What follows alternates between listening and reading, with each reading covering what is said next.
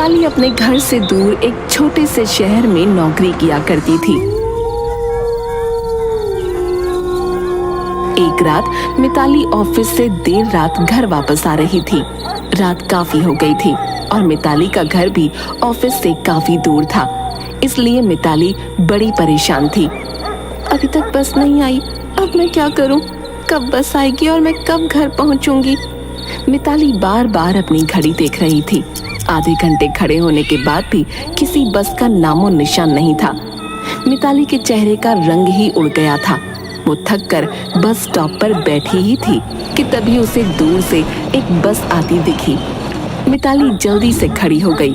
उसने बस को हाथ दिया। बस आकर जैसे ही बस स्टॉप पर रुकी, मिताली फटाफट उस बस में चढ़कर बैठ गई। शुक्र है भगवान का जो ये बस मिल गई, वरना मैं घर कैसे पहुंचती। मिताली बस में बैठ तो गई थी, पर अभी भी उसका ध्यान अपनी घड़ी पर ही था। वो बार बार अपनी घड़ी में टाइम देख रही थी। बार बार घड़ी देखने से तुम्हारा घर जल्दी नहीं आ जाएगा। जी हाँ, पर वो क्या करूं, बहुत रात हो गई है ना, इसलिए बहुत घबराहट हो रही है। लगता है तुम्हारे माँ बाप काफी स्ट्रिक्ट है, तभी तुम इतना डर रही हो। घर जाकर डांट ना पड़े। अरे नहीं नहीं, ऐसी कोई बात नहीं है। मैं तो इस शहर में अकेले रहती हूँ। मेरा परिवार तो गांव में रहता है, पर वो है ना कि नया शहर है, देर रात सुनसान रास्ते से जाने में डर तो लगता ही है ना। चलो दूर ही सही, कोई तो है तुम्हारा, मेरा तो इस दुनिया में कोई नहीं। ओह, बड़ा दुख हुआ सुनकर। अचानक बस रुक जाती है। मैडम, आपका बस स्टॉप आ गया है, आपका ध्यान कहाँ है, जल्दी उतरिए। ओह हाँ, बातों बातों में पता ही नहीं चला। अच्छा मैं चलती हूँ, भगवान ने चाहा तो फिर मुलाकात होगी। मिताली बस से उतरकर अपने घर चली जाती है और जल्दी से खाना खाकर सो जाती है।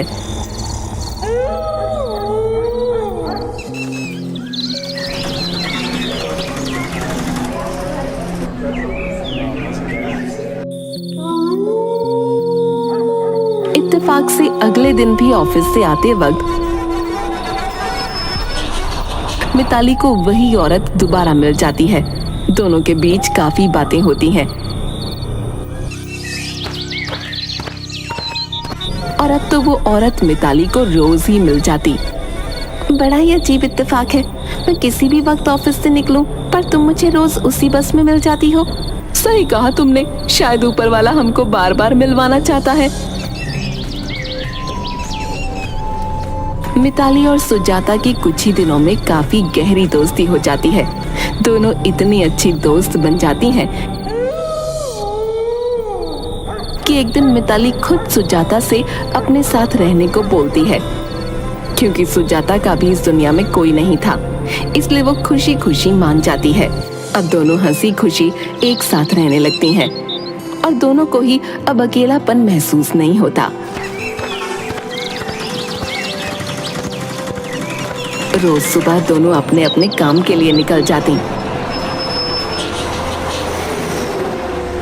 और रात को ही मिलती। एक दिन जब सुजाता ऑफिस के लिए निकल ही रही थी कि उसके बैग से अचानक एक खिलौना गिरा। बहुत ही छोटे बच्चे का खिलौना था वो। सुजाता एकदम घबरा गई और उसने झट से वो खिलौना उठाकर वापस बैग में रख लिया और वो ऑफिस के लिए निकल गई। इसके बैग में आखिर खिलौना क्या कर रहा था? ये तो बोल रही थी कि इसका दुनिया में कोई भी नहीं, और खिलौना गिरते ही एकदम ये हड़बड़ा भी गई थी। कुछ तो बात है, मुझे इस पर नजर रखनी होगी। मिताली भी ऑफिस के लिए निकल जाती है।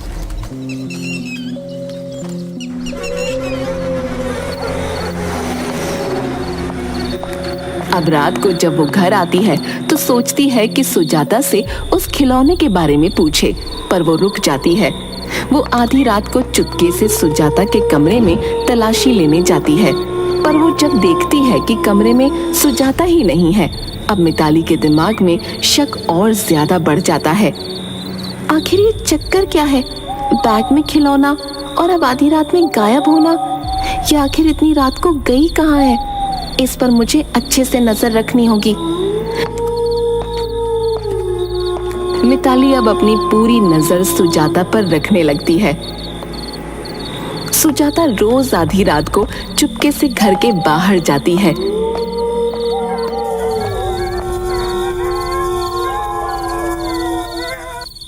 एक रात तो मिताली भी सुजाता के पीछे पीछे निकल पड़ती है।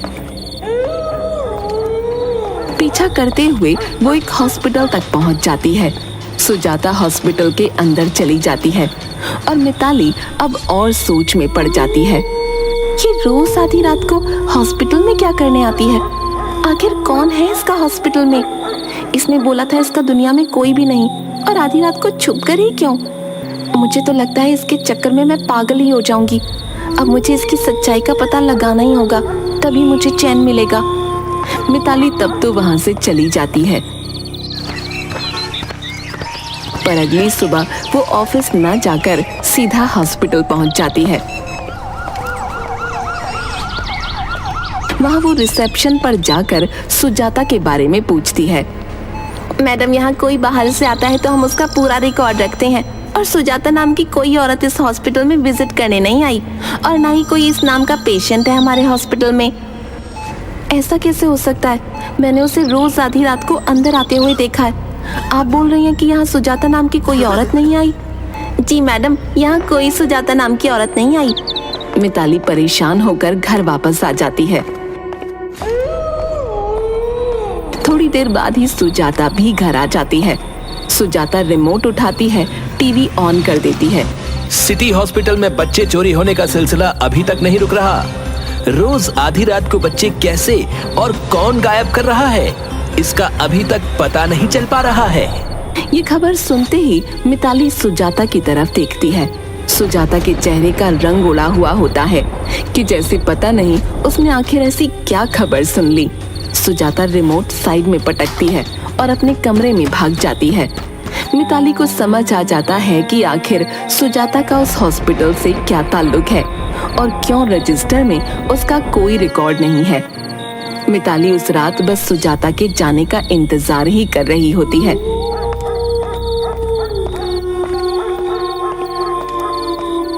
पर इस बार वो उसका पीछा न करके उसका सारा सामान चेक करती है। उसके सारे बैग खाली कर देती है। मिताली जब बैग खाली कर रही होती है तो उसकी आंखें फटी की फटी रह जाती हैं। उस बैग से ढेर सारे छोटे छोटे कपड़े निकलते हैं। ये औरत पक्का कोई पागल है जो बच्चों को चुराती है और फिर उनके कपड़े संभाल कर रखती है। पर फिर ये उन बच्चों के साथ करती क्या है? मिताली वो सब कपड़े वापस बैग में भर ही रही होती है कि अचानक उसके हाथ में एक धागा फंस जाता है। मिताली उस धागे को निकालती है और उसमें एक बंद लॉकेट भी होता है। मिताली जब उस लॉकेट को खोलती है तो वहीं जमीन पर बैठ जाती है। उसके चेहरे का रंग एकदम उड़ चुका होता है। उस लॉकेट में फोटो होती है जिसमें सुजाता ने एक छोटे बच्चे को गोद में ले रखा होता है। मिताली उसी वक्त खड़ी होती है और फटाफट अपनी सहेली के घर जाती है। अरे मिताली, तू क्या हुआ? तू इतनी घबराई हुई क्यों है? सच सच बता, राहुल तेरा ही बच्चा है? ये तो क्या बकवास कर रही है मिताली? राहुल मेरा बेटा है। शीतल, मुझसे झूठ मत बोलना, मुझे सच सच बता दे, क्योंकि अब मैं सब जानती हूँ। क्या मतलब है तेरा? राहुल मेरा बच्चा है, सब जानते हैं। नहीं है ये तेरा बच्चा, समझी? झूठ बोला तूने सबसे। हाँ, मैंने इसे खरीदा है, पर अब ये मेरा बच्चा है, समझी? मेरी जान है ये। तूने किसी दूसरे का बच्चा कैसे छीना? कैसे शीतल? क्या करती मैं?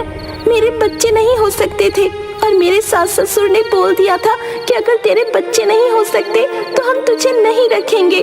इसलिए मैंने 9 महीने प्रेग्नेंट होने का नाटक किया, और वो हमें एक औरत ने सिटी हॉस्पिटल में किसी का बच्चा चुराकर हमको बेच दिया। हमने बहुत बड़ी रकम दी है इसकी। वाह शीतल वाह, तूने अपनी खुशी के लिए किसी और का बच्चा चुरा लिया। तुझे पता है, आज भी इसकी माँ आधी रात को अपना बच्चा उस हॉस्पिटल में ढूंढने जाती है। उसे लगता है कि काश आज उसे उसका बच्चा मिल जाएगा, काश आज मिल जाएगा। तू कैसे जानती है इसकी माँ को? क्योंकि वो मेरे साथ ही रहती है।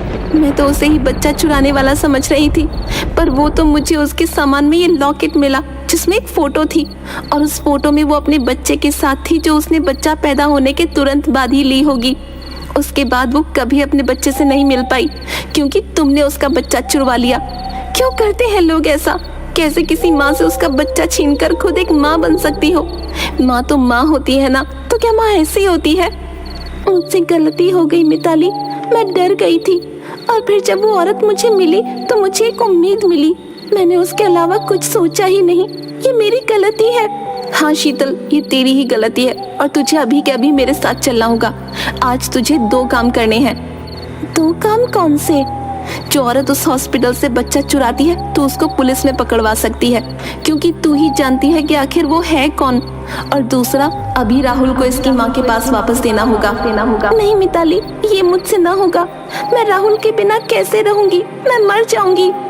इसकी माँ सुजाता, वो भी इसके बिना रोज मर ही रही है। शीतल, तू ये पाप अपने सर लेकर जी पाएगी क्या? बोल।